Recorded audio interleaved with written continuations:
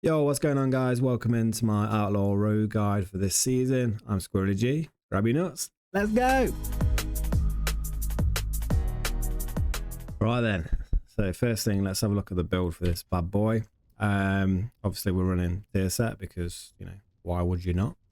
I'm running Lifebound Cap and Toxic Thorn Foot Wraps as my craftables. Trinkets, I've got Coiled Serpent Idol and Midas Talisman. There are other options which I'll pop over here to look at, but these are pretty good. They work fine for me so far. The only thing to remember when you're gearing your rogue this season is priority list is eye level, versatility, crit chance, mastery, and then haste. And that's it. Super straightforward.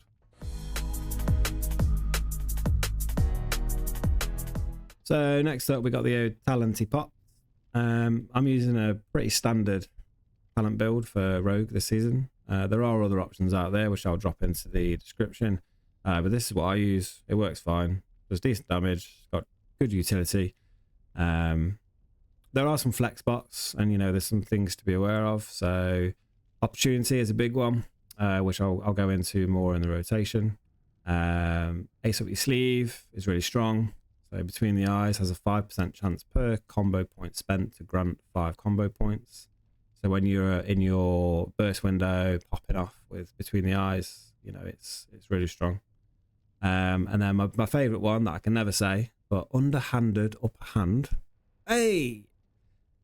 Slice and Dice does not lose duration during Blade Flurry. Blade Flurry does not lose duration during Adrenaline Rush. Adrenaline Rush does not lose duration while stealth. So they're all like feeding into each other and keeping stuff going. It's really, really, really strong this season. And then Crack Shot between the eyes has no cooldown and also dispatches the target for 75% of normal damage when used from stealth.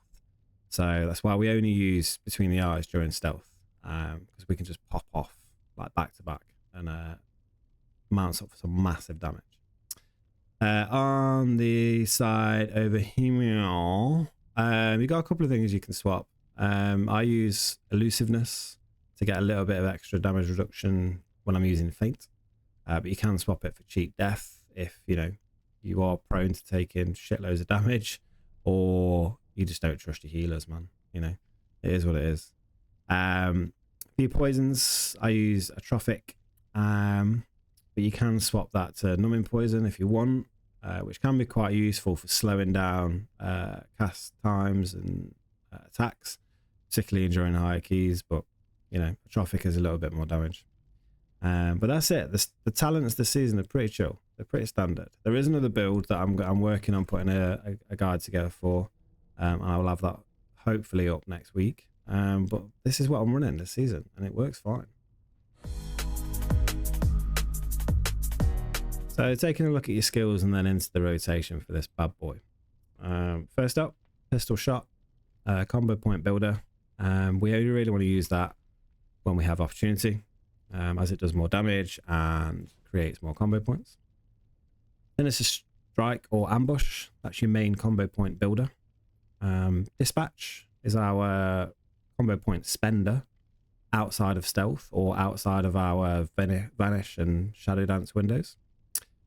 Ghostly Strike, you want to pop that on your main target to do more damage, basically.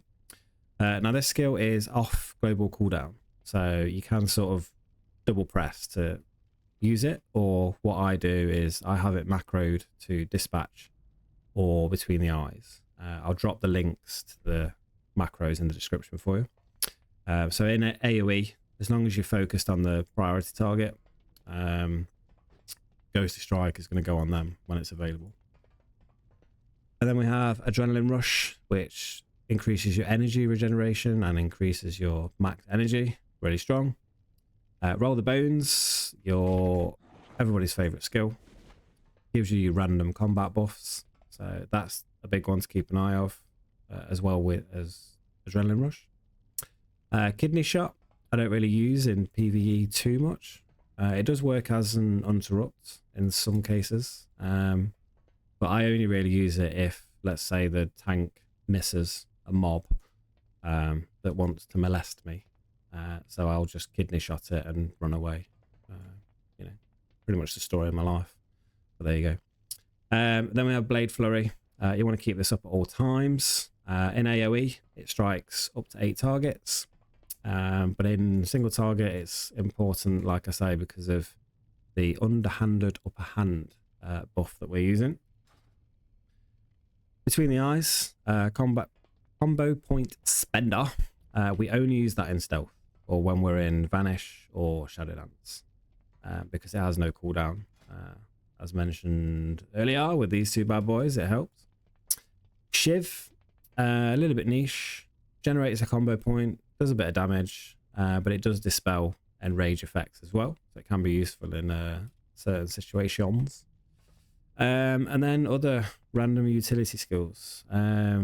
Tricks of the Trade is really useful in M+, so you can pop it on your tank and just run in and go nuts, because any aggro you get is going to go onto your tank.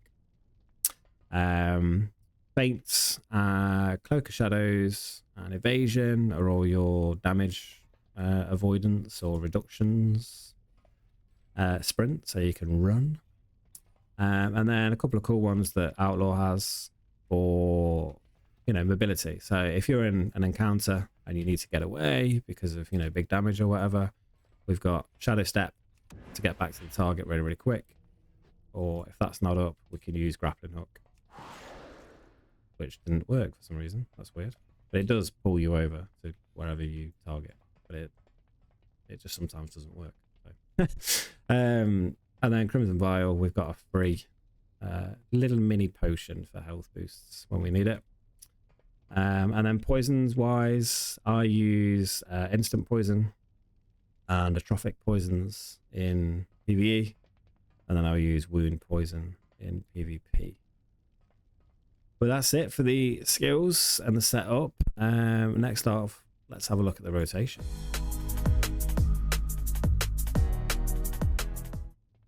Right, so rotation, boys. We'll start off with the pre-opener into the opener. So for your pre-opener, there's a little bit of a setup. So it's always handy if somebody actually does a pull timer for a change in a dungeon. But there you go. So you're going to roll the bones, Adrenaline Rush, Blade Flurry, Slice and Dice, into stealth. You're going to go in, using Sinister Strikes to generate, and then we're going to go into our Between the Eyes first window.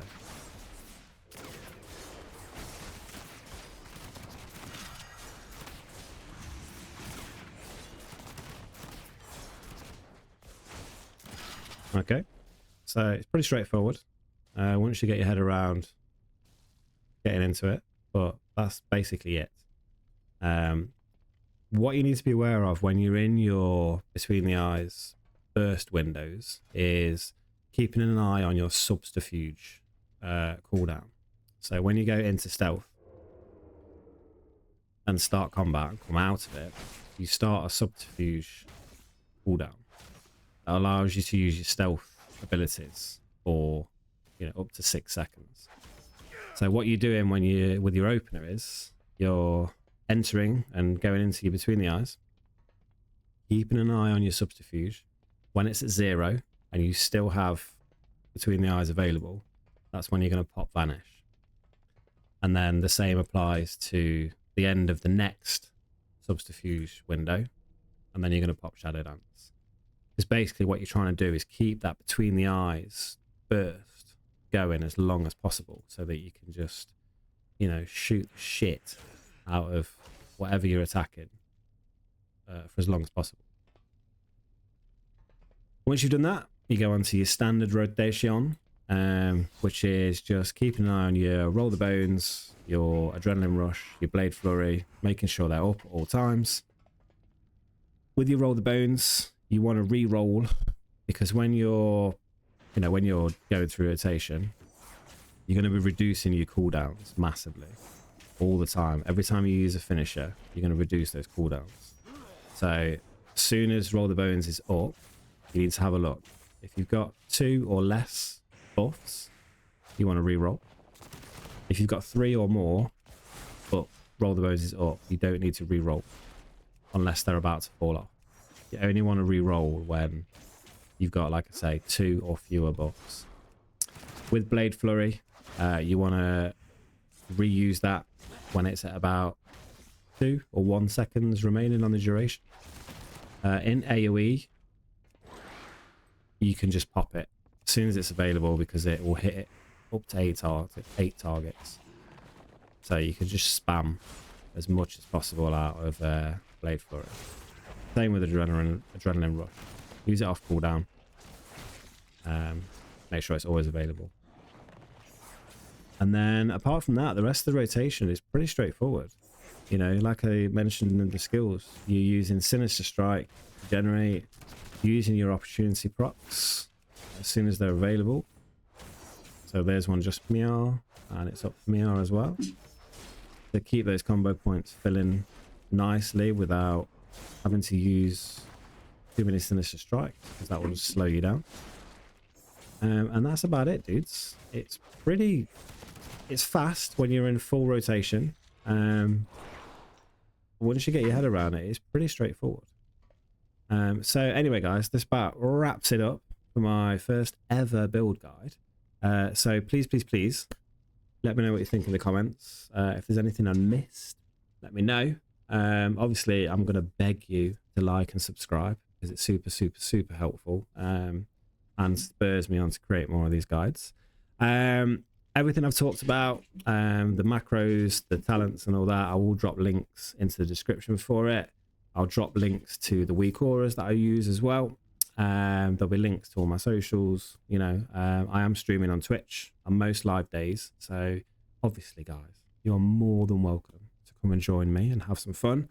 But apart from that, dudes, I'll catch you on the next one.